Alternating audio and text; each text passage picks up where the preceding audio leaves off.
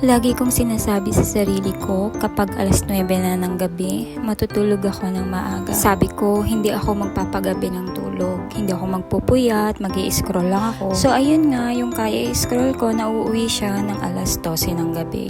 Kaya ito, hirap na hirap akong gumising para magluto ng almusalan ng aking alaga at ng aking among lalaki. Agoy, ang itsura ko dito para akong manananggal. Yung bangs ko talaga na iwan pa sa higaan. Ayun nga, 5:30 talaga yung gising ko tuwing umaga. Pero dahil nga 5 minutes ako ng 5 minutes, ayan, nalate ako ng gising alas 6 na. So, hindi na muna ako nag-toothbrush, naghilamos, nag-move, or kahit ano pa man para sa sarili ko.